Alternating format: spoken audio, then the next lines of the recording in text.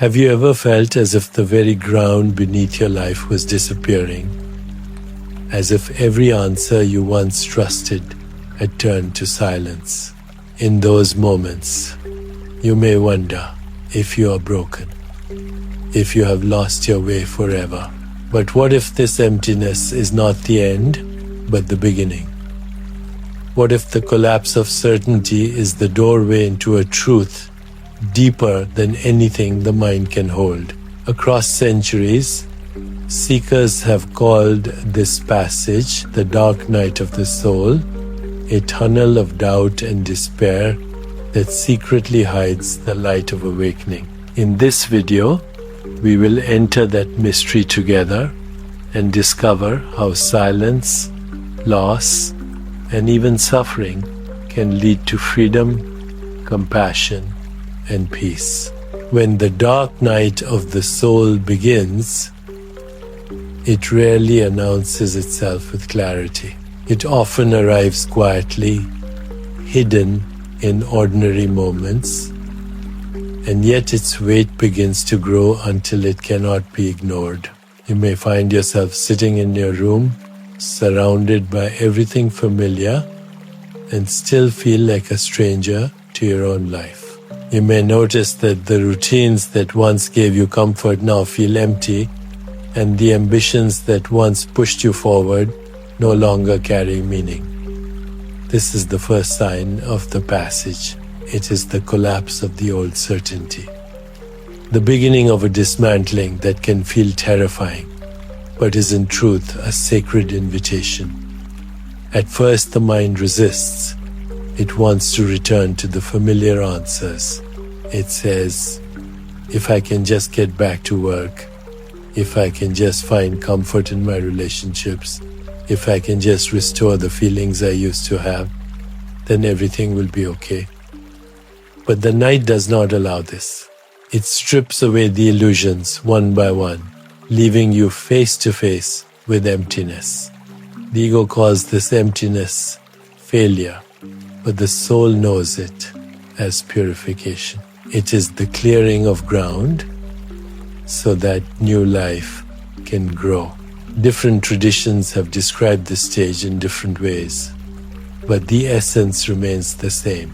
In Christian mysticism, it is the silence of God, the absence of all comfort, a stripping away that forces love to stand without reward. In Buddhism, it is the great doubt, when every concept dissolves and the mind can no longer hold to any answer. In Hindu philosophy, it is vairagya, the detachment from desires and roles that once seemed so important. Each path points to the same truth. The night is not punishment. It is transformation. This transformation often begins with loss. You may lose a sense of purpose or the energy to chase after goals. You may lose relationships that once felt central. You may even lose the comfort of spiritual practice as prayer feels dry and meditation feels restless. At first, these losses feel unbearable, but slowly you realize they are teaching you something. They are showing you that your identity was built on shifting ground. They are showing you that nothing external can define you. They are guiding you back to the one thing that cannot be taken away, awareness itself. Awareness is the silent witness that has been with you through every joy and sorrow, through every triumph and loss. Even in despair, it remains unbroken. But in ordinary life, awareness is often hidden behind noise, the constant chatter of thoughts, the endless pursuit of desires, the restless search for meaning. The dark night removes these distractions, not to punish you, but to reveal what has always been here. The emptiness you feel is not the absence of meaning. It is the space in which true meaning can be discovered. In the middle of this passage, Practices can feel different. Meditation may not bring comfort, but it teaches you to sit in silence without escaping. Breath practices may not give instant peace, but they ground you in the body, reminding you that presence is still possible. Loving kindness meditation softens the voice of judgment, whispering, "May I be free, may I be safe, may I find peace," even when the mind insists you are lost. Mantras or prayers may feel empty, but they anchor you, giving the restless mind a rhythm to follow. These practices are not solutions, they are companions, steady lights in the tunnel, helping you walk when you cannot yet see the end. As you stay present, subtle shifts begin to happen. A moment of silence feels less frightening and more alive. A breath feels steady even when the mind is chaotic. A small glimpse of peace arises, not from effort, but from surrender. These glimpses are the first signs of transformation. They remind you that even in the deepest darkness, awareness remains untouched.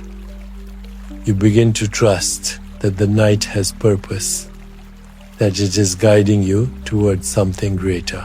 Slowly, compassion begins to grow.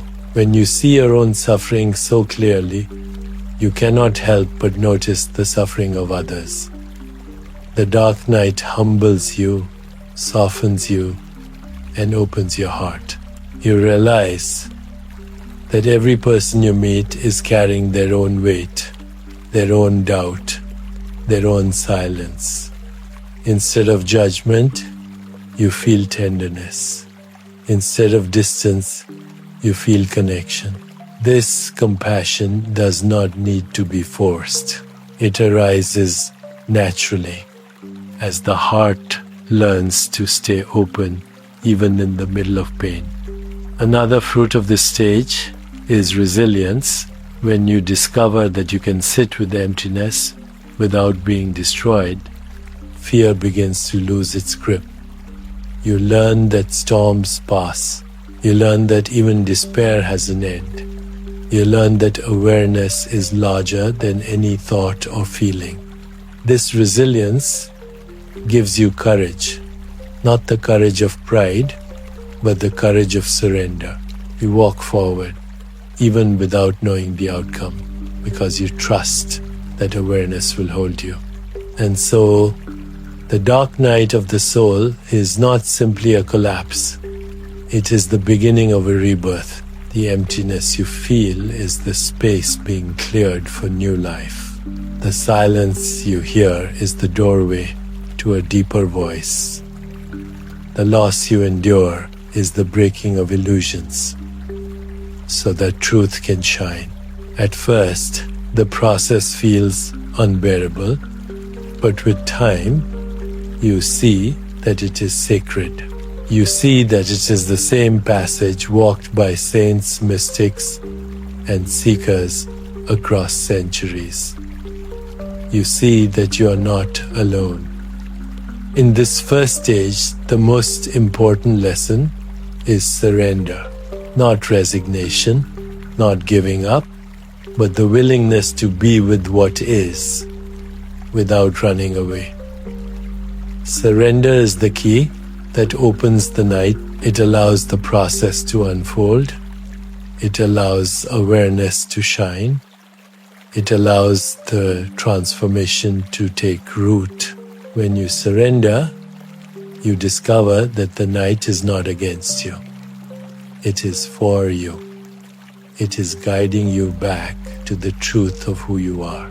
As the dark night deepens, the second stage of the journey begins to take shape. It is no longer just about the loss of old certainties. It is about the discovery of what remains when all those certainties are gone. This stage is the turning point, where despair begins to soften into recognition and silence begins to reveal its hidden fullness. At first, it may come in glimpses, small moments when the storm quiets and you sense something steady beneath the chaos. These glimpses are precious because they point to the truth of who you are, a truth that was always present, even when you could not see it. The key to this stage is awareness. Awareness is not a thing you create. It is what has always been here, watching, holding, and witnessing every experience you have ever had. It was present in your happiest days and in your darkest nights. It was present in childhood, in adulthood, in every breath you have ever taken. You may not have noticed it because it is so ordinary, so close, that the mind overlooks it. But when the illusions of the ego collapse, awareness is revealed, steady and unbroken. Imagine sitting quietly, watching your thoughts. You see them rise and fall, one after another, like waves on the surface of the ocean. Some thoughts are pleasant, others painful, but all of them pass. Then imagine watching your emotions. Joy comes, then fades. Fear rises, then falls. Sadness lingers, then softens. Each emotion feels powerful in the moment, but none of them lasts forever. What remains through it all? The awareness that sees. That awareness is you, not the small self, not the story you tell about who you are, but the pure presence that holds everything. This realization is both humbling and liberating. Humbling because you see how small the ego's world really island. All the striving, all the clinging, all the desperate attempts to secure permanence are shown to be illusions. Liberating because you discover that beyond the ego there is something vast, timeless, and free. You realize that you are not the storm, you are the sky in which the storm unfolds. You are not the story. You are the awareness that holds the story. The traditions point to this truth in many ways. In Zen, it is the simple act of sitting, letting thoughts and feelings come and go without clinging. In Hindu self-inquiry, it is the question, who am I, followed all the way back to the source until nothing remains but pure consciousness. In Christianity, it is the recognition that when everything else fails, when even the sweetness of prayer disappears, the soul still rests in God's presence. Different language, but the same truth. The dark night clears the illusions so that awareness can be seen. At first, resting in awareness feels like effort. You may need to remind yourself again and again that thoughts are not who you are. You may need to return to the breath, to the body, to the present moment. But slowly, something shifts. Awareness begins to reveal itself, not as something you visit, but as what you already are. You see that you do not have to hold awareness, because awareness is what holds you. This shift is subtle, but it changes everything. As you rest more deeply in awareness, new qualities emerge. Peace begins to grow, not as the absence of problems, but as the presence of stillness within them. You may face the same challenges, but you face them differently. You are less reactive, less shaken, because you know there is a ground beneath the surface. Joy arises, not from external events, but from the simple fact of being. You feel joy in a breath. in a moment of silence, in the warmth of sunlight, in the sound of rain. This joy is not fragile because it does not depend on anything outside of you. Compassion also begins to expand. When you see that awareness is not limited to you alone, but is the same awareness in everyone, you feel connected. The boundaries of ego soften. You realize that the suffering of others is not separate from your own. Their joy is not separate from yours. This recognition opens the heart in a way that cannot be forced. It flows naturally because you have touched the unity that underlies all beings. Clarity arises as well. When you are no longer lost in the storm of thoughts, you can see more clearly. Decisions feel simpler because you trust the guidance of awareness. Intuition speaks more loudly because the noise of ego has quieted. Creativity flows more easily because it is no longer blocked by fear. You discover that life itself is intelligent, that awareness guides you if you allow it. Of course, the ego does not disappear entirely. It returns again and again, trying to pull you back into old habits of fear, doubt, and striving. Sometimes you will still believe it. Sometimes the suffering will return. But now you have a new perspective. You know that awareness remains even when you forget it. You know that peace is still here even when the mind is restless. You know that the night is not endless, that dawn always comes. This knowing gives you strength to keep walking. This second stage of the dark night teaches one of the most important lessons. You are not what you thought you were. You are not just a name, a role, or a collection of memories. You are awareness itself, timeless, infinite, unbroken. The ego may resist this truth, but once you have glimpsed it, you cannot forget it. It changes the way you live, the way you love, the way you see the world, and it prepares you for the next stage of transformation, when suffering itself becomes not just something to endure, but something that reveals deeper wisdom. Once awareness begins to reveal itself as the steady ground beneath all experience, a new lesson emerges, and it is one that reshapes your relationship with suffering itself.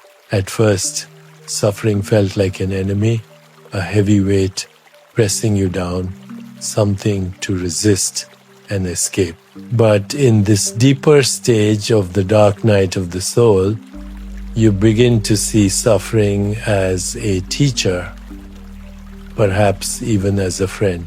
It is no longer simply a burden. It becomes the fire that burns away illusions, the chisel that shapes the stone, the mirror that reflects what is still hidden within you. When you sit with your pain instead of running, you begin to notice that it carries wisdom. Fear reveals the places where you still cling to control. Anger reveals the wounds you have not yet healed. Grief reveals the depth of your love and how much you long for connection. Doubt reveals the fragile structures of meaning that were built by the ego. Each form of suffering, when observed with awareness, shows you something about yourself and something about life. It is not pleasant, but it is sacred. This perspective changes how you live. Instead of numbing yourself with distraction, you turn toward your experience. Instead of condemning your pain, you allow it to move through you. Instead of seeing yourself as broken, you begin to see yourself as in process, being shaped, being refined. The dark night does not end suffering instantly, but it teaches you how to hold suffering differently. It teaches you to rest in awareness even while the storm rages. Traditions across the world echo this wisdom. Buddhism speaks of the Four Noble Truths, beginning with the recognition that life includes suffering, but instead of despair, the teaching invites us to use suffering as the doorway to liberation. Hinduism speaks of vairagya, the art of detachment, which allows us to face pleasure and pain with equal steadiness. In Christianity, the cross itself is the symbol of transformation, where suffering becomes the path to resurrection. These are not abstract ideas. They are reminders that suffering can be the very soil in which awakening grows. During this stage, specific practices become invaluable. Insight meditation teaches you to observe sensations without reacting. You notice the tightness in your chest, the restlessness in your thoughts, the heaviness in your body, and you realize that all of it changes moment by moment. Loving kindness meditation softens the inner critic, replacing judgment with gentleness. You repeat silently, "May I be free, may I be safe, may I live with ease," and something in you begins to open. Breath practices calm the nervous system, giving you the stability to stay present. Chanting or prayer connects you to the countless others who have walked this same path, reminding you that you are never alone. Through these practices, suffering begins to lose its sharpness. It is not that pain disappears. It is that you learn how to meet it. Acceptance arises, not as resignation, but as openness. You allow life to be what it is, without constantly demanding that it be different. This acceptance softens resistance. And resistance is what made the suffering heavier. In this way, acceptance transforms the experience. It turns pain into presence, despair into insight, and emptiness into openness. As acceptance deepens, compassion flows more freely. When you recognize how deeply you have suffered, you understand the suffering of others without judgment. You see their struggles as reflections of your own. You no longer need to harden yourself against them. You meet them with tenderness, with patience, with care. This compassion is not sentimental. It is steady. It gives you the strength to stay present with others, even when they're in pain. It becomes a natural extension of the awareness you have discovered. Resilience is another fruit of this stage. Once you realize that you can hold suffering without being destroyed, fear begins to dissolve. You know storms will come, but you also know they will pass. Pain will visit, but you also know it does not define you. You discover a strength that is not based on control, but on surrender. You face life with openness because you trust that awareness can hold it all. This resilience makes you courageous, not because you are invulnerable, but because you know you are unbreakable at the core. Creativity also blossoms in unexpected ways. When the ego is no longer consumed by fear and defense, energy is freed, inspiration begins to flow. You may feel drawn to express what you're learning through writing, art, music, or simply the way you live your daily life. This creativity is not about recognition. It is about expression, the natural overflow of awareness. It is healing, both for you and for those who experience it. Perhaps the greatest lesson suffering teaches in this stage is humility. Before the dark night, the ego believed it could control life. that it could build permanence, that it could secure meaning. After the dark night, you realize how vast the unknown really are in. You bow to the mystery. You recognize that you cannot hold life in your hands, but you can live it with openness. This humility is not weakness. It is wisdom. It allows you to walk lightly, to live with wonder, to embrace life as a island. And so suffering becomes a path. It is no longer only a weight to carry. It is a teacher, shaping you, refining you, guiding you back to awareness. The dark night of the soul does not end suffering completely, but it changes your relationship to it forever. Once you see suffering as a teacher, you no longer run from it. You allow it. You learn from it. You grow through it. And in this way, suffering becomes the very ground of awakening, the soil from which compassion, resilience, and wisdom continue to grow. As the journey through the dark night of the soul reaches its final stage, the transformation becomes clear. What began as despair, as loss, as silence, now reveals itself as wholeness, peace, and fulfillment. You realize that the night was never meant to destroy you. It was meant to strip away what was false, so that what is true could shine. It was meant to dismantle the fragile structures of ego, so that awareness itself could be recognized as your true home. And now, as the light begins to rise at the end of the tunnel, you see that the journey has carried you into a new way of living. The peace you now experience is unlike anything you knew before. It is not the fragile calm that comes when problems are absent. It is the steady stillness that remains even in the middle of challenges. You feel it when you wake in the morning and notice that the silence inside no longer frightens you. You feel it when difficulties arise and instead of panic, you meet them with steadiness. This peace is not something you create. It is what you are. It was always here, hidden beneath the noise of ego, waiting to be uncovered.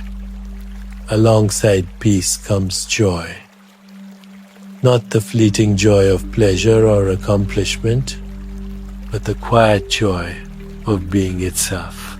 You feel joy in the breath, in the warmth of sunlight, in the sound of rain. You feel joy in the ordinary, because the ordinary has become extraordinary. This joy is not loud.